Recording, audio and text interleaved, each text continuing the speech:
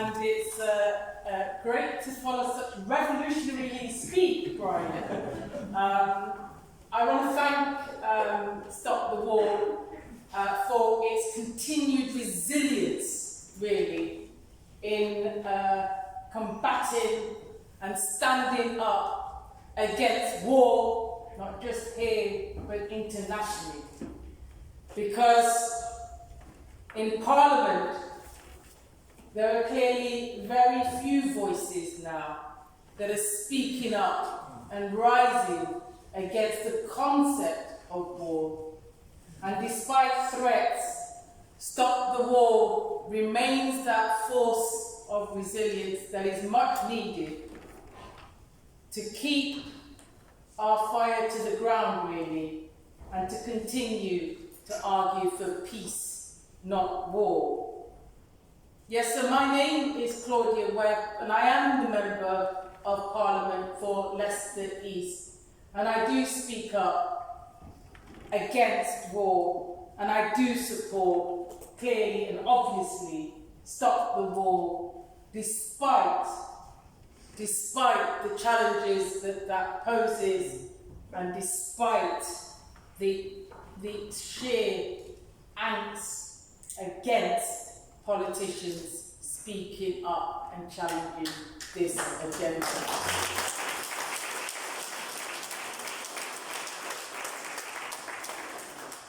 In speaking of Leicester, I want to just open my remarks by saying that we at Stop the War should continue a path of solidarity with the community of Leicester from my constituency and elsewhere, up and down the country, who've staged peaceful protests outside the manufacturing base of Elbit Systems.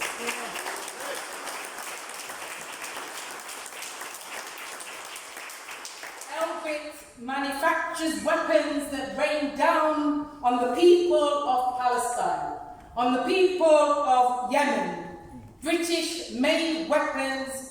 The aim of the peaceful siege, of course, is simple but extensive: to drive Elbit out of Britain. Elbit's presence in Britain is a stark symbol of oppression and the international collusion of governments that enables it to exist.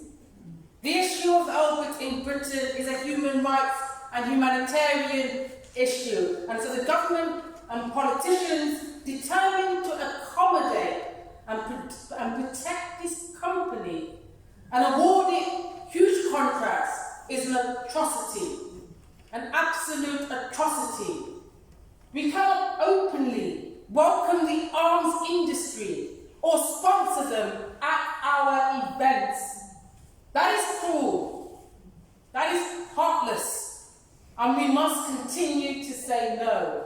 Arms companies which contribute to the escalation of wars with their terrible human loss and suffering, the displacement of people, and the ruination of our environments should be driven out. They have no place.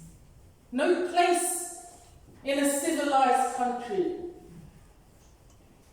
Not supported with contracts and sponsorships.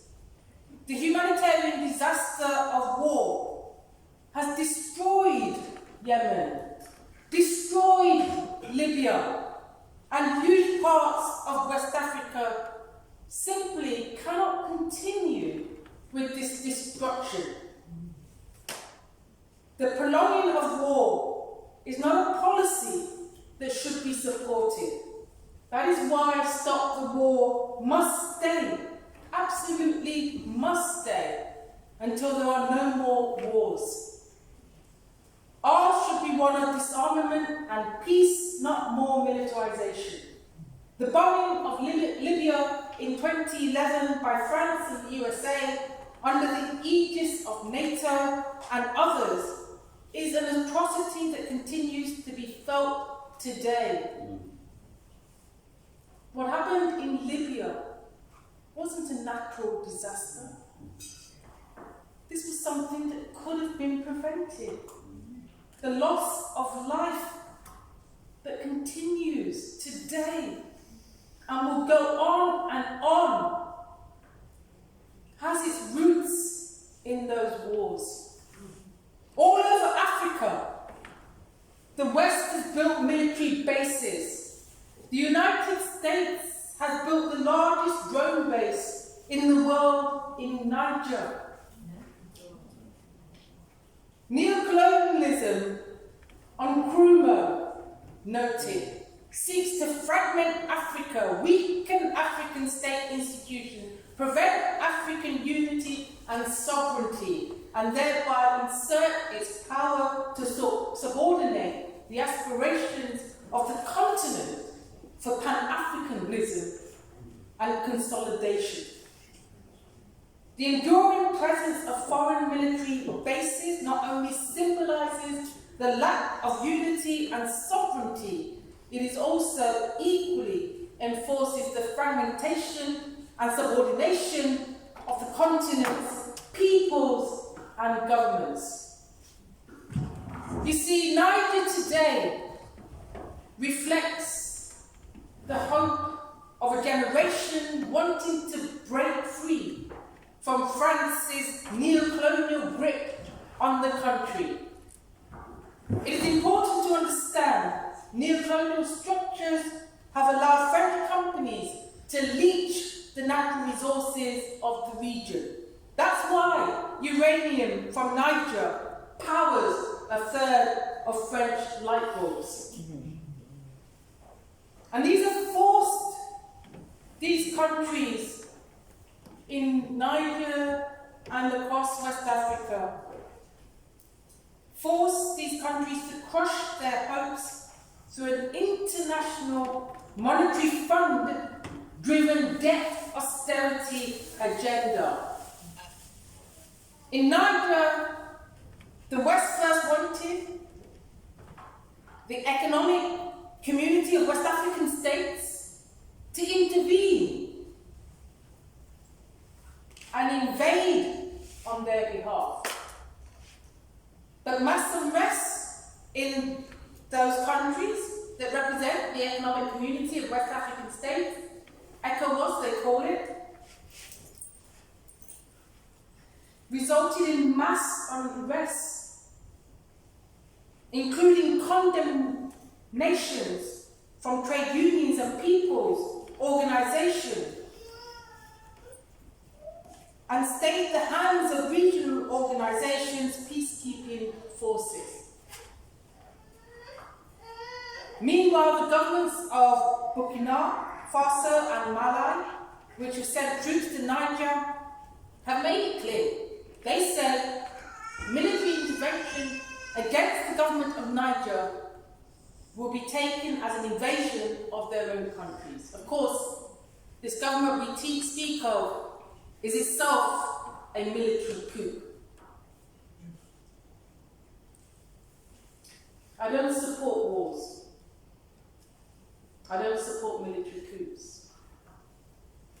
But we have to understand the history of what brought Niger to where it is today.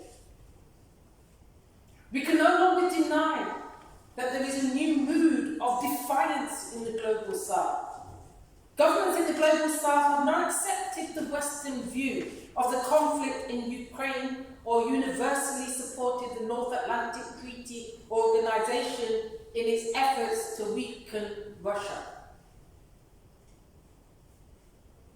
The global south is reorganizing to pursue its own interests. They are fed up with the IMF-driven debt austerity cycle and the bullying of the West.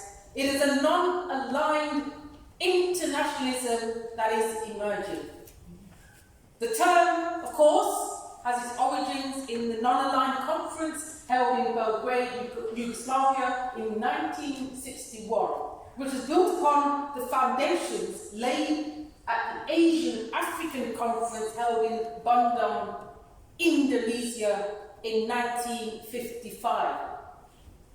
Former Ghanaian President Kwame Nkrumah famously said at the time, "We face neither East nor west, we face forward.